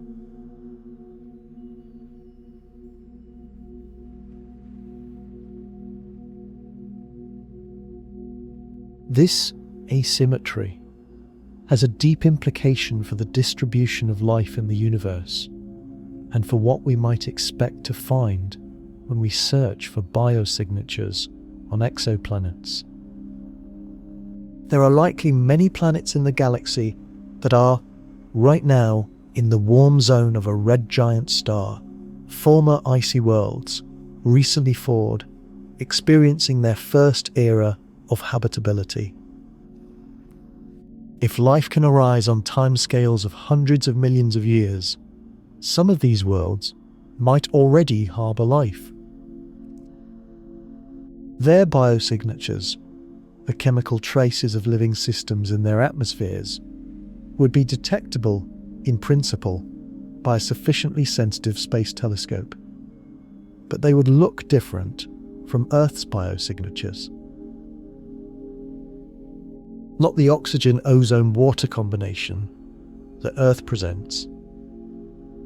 Something adapted to the different chemistry, different spectral environment, different geological history of a world that spent its first 5 billion years frozen before experiencing a sudden geological spring. The red giant sun is in this sense not merely a catastrophe for the inner solar system, it is a reshuffling, a redistribution of the zone of potential habitability from the inner planets, where it has sat for 4.6 billion years, to the outer planets and moons, where it arrives suddenly and briefly, a flash of warmth in the long cold dark of the outer solar system, offering new possibilities to worlds that have waited patiently in the freeze for their moment. The catastrophic and the opportunity are the same event, experienced from different distances. This reshuffling is not merely theoretical. Astronomers are now beginning to search for it directly. The Kepler Space Telescope, which operated from 2009 to 2018 and detected thousands of exoplanets by watching for the slight dimming of a star as a planet passes in front of it, found planetary systems around stars at all stages of evolution, including around evolved, post-main sequence stars. Several planets have been detected around giant stars. The radial velocity method, which detects the slight wobble of a star caused by the gravitational tug of an orbiting planet, has been particularly productive for planets around giant stars. Because the large size and slow rotation of giant stars produce spectral lines that are easier to measure with high precision than the narrower lines of faster rotating main sequence stars.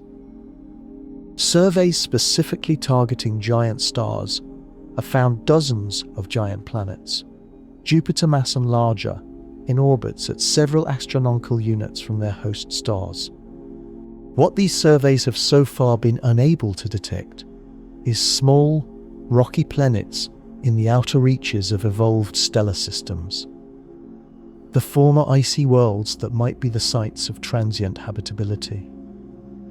Small planets produce smaller Doppler wobbles and shallower transit signals, making them harder to detect around any star, and giant stars are even more challenging due to their inherent brightness variability, which can mask small planetary transit signals. The James Webb Space Telescope, with its extraordinary sensitivity in the infrared, the spectral range most relevant for the cooler temperatures of both red giants and the outer solar system bodies they warm, offers the possibility of characterizing the atmospheres of planets around evolved stars for the first time.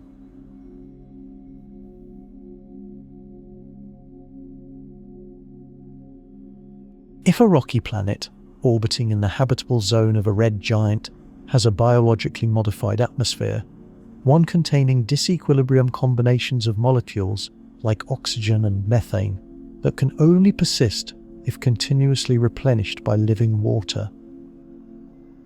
Organisms, JWST, might detect these biosignatures in the transmission spectrum of the planet's atmosphere as it transits the star.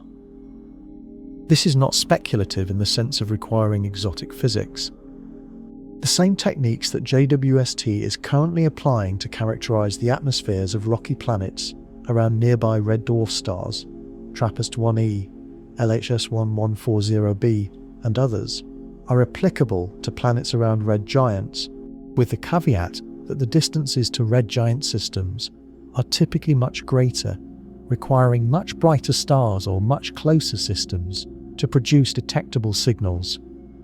But within the solar neighborhood, within perhaps 100 to 200 light-years, there are a number of giant stars, some of which have confirmed planetary companions, that are in principle accessible to this kind of atmospheric characterization with future extremely large telescopes.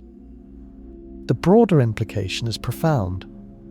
If red giant stellar evolution routinely creates transient habitable conditions in the outer reaches of formerly inner system stellar systems, and if life can arise on these former icy worlds during the red giant phase, then there may be a population of inhabited or recently inhabited worlds associated with giant stars throughout the galaxy. These worlds would not be in the traditional habitable zone of a main sequence star. They would not look like Earth. Their biosignatures would be different, adapted to the spectral environment of a red giant, to the chemical composition of an icy world recently thawed, to the different gravitational and tidal environment of an outer solar system body. But they would be there, if life is as robust as its origin on Earth suggests. Consider how this changes the statistical calculation for life's prevalence in the galaxy.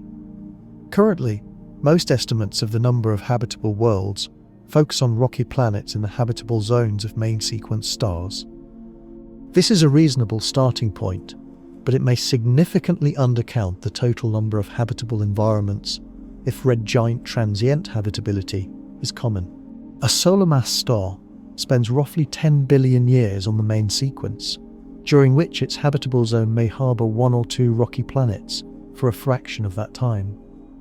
But during the red giant phase, which lasts perhaps 1 to 2 billion years, a much larger number of bodies, the icy moons of gas giants, large Kuiper belt analogues, outer rocky planets with ice mantles, are potentially warmed into habitability simultaneously. If even a small fraction of these bodies develop life during the billion-year red giant window, the contribution to galactic life prevalence could be significant. There is even a scenario, speculative but not absurd, in which the origin of life itself is more likely during the red giant phase than during the main sequence phase for some planetary systems. The argument goes as follows. Life's emergence requires not just the right temperature and liquid water, but a rich supply of complex organic molecules in contact with mineral surfaces and energy gradients. In the outer solar system, complex organic chemistry has been accumulating for billions of years. Driven by the energetic chemistry of the solar nebula, during planet formation, and by cosmic ray and UV-driven chemistry in the interstellar medium that contributed to the icy planetesimals from which the outer solar system bodies formed. These outer bodies are, in organic chemical terms, richer than the inner rocky planets, which were stripped of their most volatile organic compounds by the heat of their formation close to the young sun. When the red giant warming brings liquid water to these organically rich outer bodies, it may be providing a better substrate for life's emergence than anything available in the inner solar system. The astrobiologist Siegfried Frank and colleagues have specifically modelled the potential habitability of former icy worlds in the outer solar system during the red giant phase, finding that for solar mass stars, the transient habitability window of certain outer solar system regions could last 1 to 2 billion years, comparable to the time it took life to emerge on Earth. The modelling suggests that the red giant phase of solar-type stars may be a cosmically significant epoch for life's emergence, not merely an endpoint for the life already present in the system. This is a reversal of the usual narrative. In the usual narrative, stars create life on their inner planets during the main sequence and then destroy it during the red giant. In the revised narrative, stars may do their most important work for life at the end, not the beginning, of their main sequence phase. And when the red giant phase ends, when the sun has expelled its outer layers and the planetary nebula has faded, and what remains is the white dwarf at the centre, a dim, Earth-sized object emitting only the stored heat of its compressed carbon-oxygen core with no ongoing nuclear reactions, the outer solar system freezes again. The former icy worlds, briefly thawed, refreeze. The liquid oceans on the exposed Galilean moons solidify. The temporary atmospheres condense and settle as frost on the surface. The era of warmth is over. The outer solar system returns to its cold, dark equilibrium, carrying within the geology of those briefly warmed worlds the chemical record of what happened during the red giant phase, and perhaps, if life arose, the biological record as well, preserved in the permafrost of a frozen biosphere, waiting for the light that will not come again. The white dwarf sun, cooling slowly over trillions of years, provides essentially no heat to the outer solar system.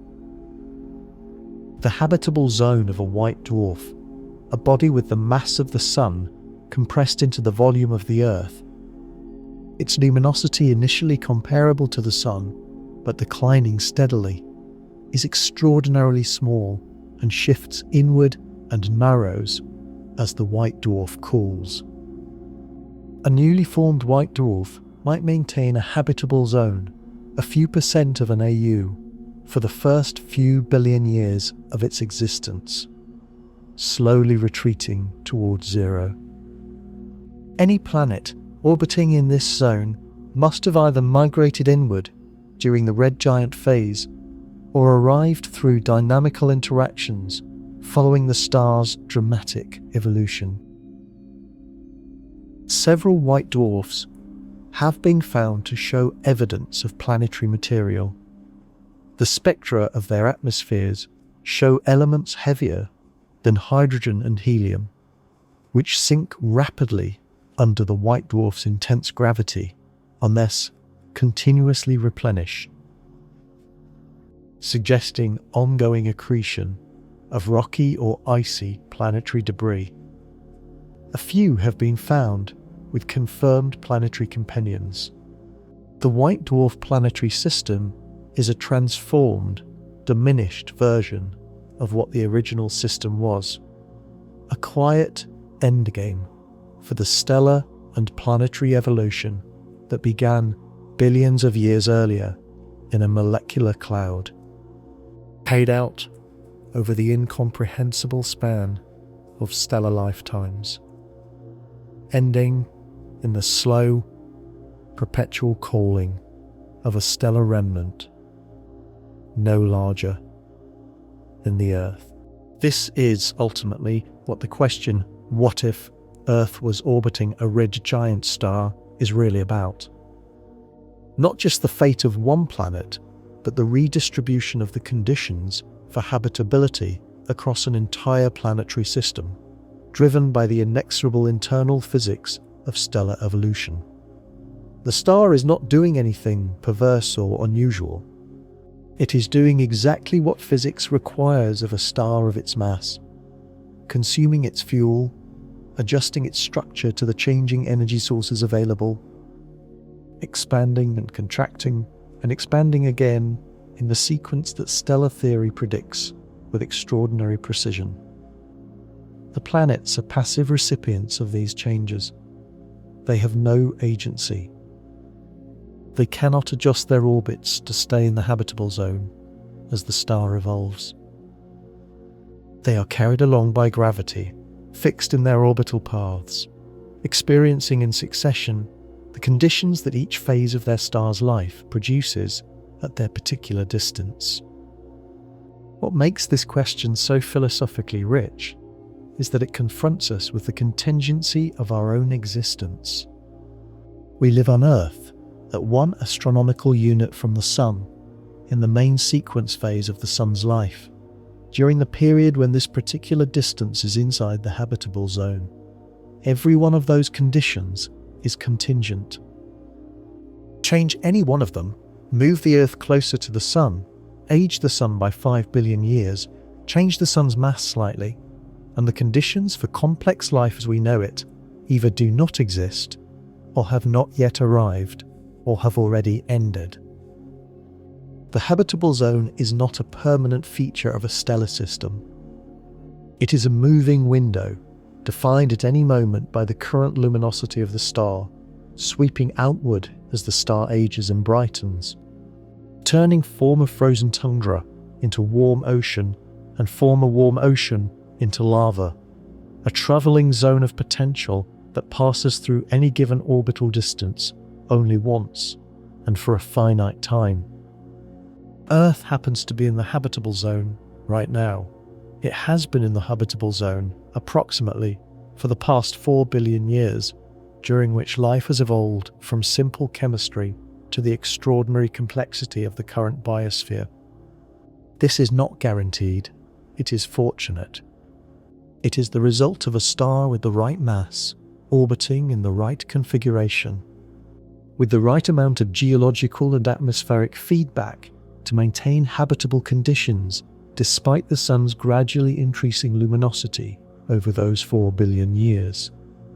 Without the carbonate-silicate weathering cycle, the geological thermostat that sequesters carbon dioxide into rocks when temperatures rise and releases it when temperatures fall, Earth would have become uninhabitable much sooner, as the young Sun brightened Without the right inventory of volatile elements in Earth's initial formation, the oceans might never have formed. Without plate tectonics to recycle the carbonate rocks and replenish the atmospheric carbon dioxide, the carbon cycle would have stalled long ago. The habitability of Earth over 4 billion years is not just the product of being at the right distance from the Sun. It is the product of a complex, interconnected system of geological, chemical, and atmospheric feedbacks that have maintained conditions within the narrow range compatible with liquid water and active chemistry. All of that system fails catastrophically in the red giant scenario. Not because the system is fragile in isolation, it has proven remarkably robust over 4 billion years of the Sun's gradual brightening, but because the red giant's luminosity increase is not gradual in geological terms.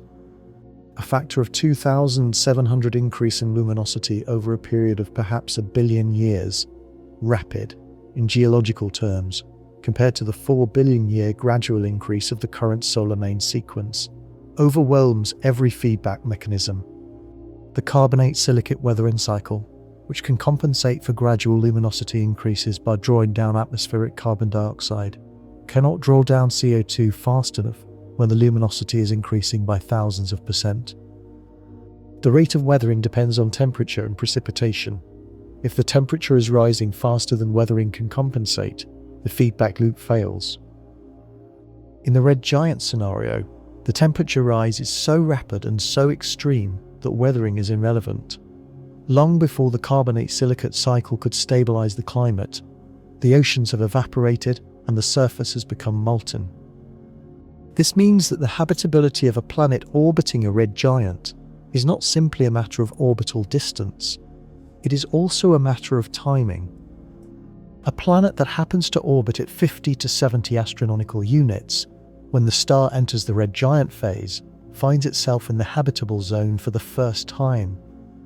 But whether it can maintain habitable conditions for long enough for life to emerge and evolve depends on the rate of change of conditions, whether the temperature rises gradually enough that geological and atmospheric feedback mechanisms can respond, or whether the warming is so rapid that no stabilizing mechanism can keep up. The outer icy bodies that are warmed by the red giant have the advantage of starting very cold, far below habitable temperatures, so that the warming must proceed through a large temperature range before reaching the habitable window. This gives the geological and chemical systems time to respond. As the temperature climbs from 50 Kelvin toward 273 Kelvin, the interior warms, base begins to melt, gases are released, an atmosphere develops, greenhouse warming kicks in. All of these processes happen in sequence, each building on the last, over perhaps hundreds of thousands to millions of years. This is not fast by human standards, but it is gradual enough that feedback mechanisms can operate. It is a fundamentally different situation from Earth at 1 AU, where the full 2,700-fold luminosity increase arrives immediately and overwhelmingly. The geology of a warming former icy world also differs from Earth's in ways that might actually favour rapid ability establishment. As the ice mantle of a large icy body melts, the liquid water percolates downward through the rock, reacting with fresh silicate surfaces that have never been in contact with liquid water before.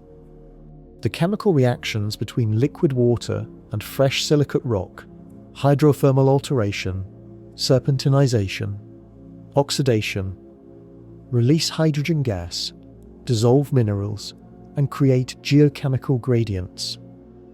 These reactions are among the most productive sources of chemical energy for life on Earth today. Deep-sea hydrothermal vents, where hot, mineral-rich water meets cold ocean, host rich ecosystems entirely independent of sunlight. On a warming icy world, as the first liquid water percolates through the rock, similar geochemical reactions occur everywhere the water reaches fresh rock, creating a global hydrothermal system rather than isolated vent fields. The entire planet might be a hydrothermal vent, in a sense. During its initial thaw, a chemical, energy-rich environment, well before photosynthesis could develop, if photosynthesis is what life requires. Earth, in the red giant scenario, does not survive. Not in any form we would recognize. Not as a planet with oceans and atmosphere and geological activity and the possibility of life. It becomes, first, a hell of boiling seas and scorched sky. Then, a furnace of molten rock and rock vapor atmosphere. Then, as the star eventually cools and the thermal equilibrium drops, a bare, airless rock, its continents gone, its ocean basins filled with resolidified basalt, its history erased from the surface layer. The interior preserves its record, the deep geological structures of billions of years of plate tectonics, the iron core, the mantle's chemical heterogeneity built up over the age of the solar system. But the surface is new, blank, featureless. A clean slate drawn by fire. And yet, within this catastrophe, there is something that deserves to be recognized for what it is. The profound indifference of physics to our preferences.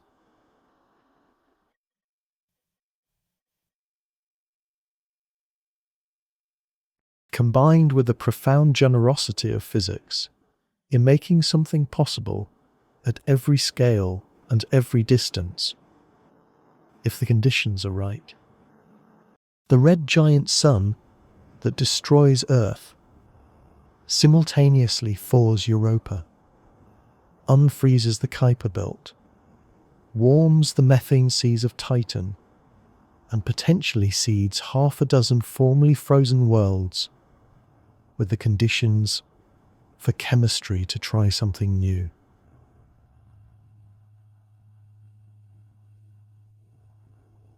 The same fire that ends one chapter writes the opening lines of another. Not for us, not for anything we would recognize as ours, but for the chemistry that continues, the water that flows again, the molecules that arrange and rearrange in the warmth of a dying star, trying, as chemistry always tries when the conditions permit, to become something more.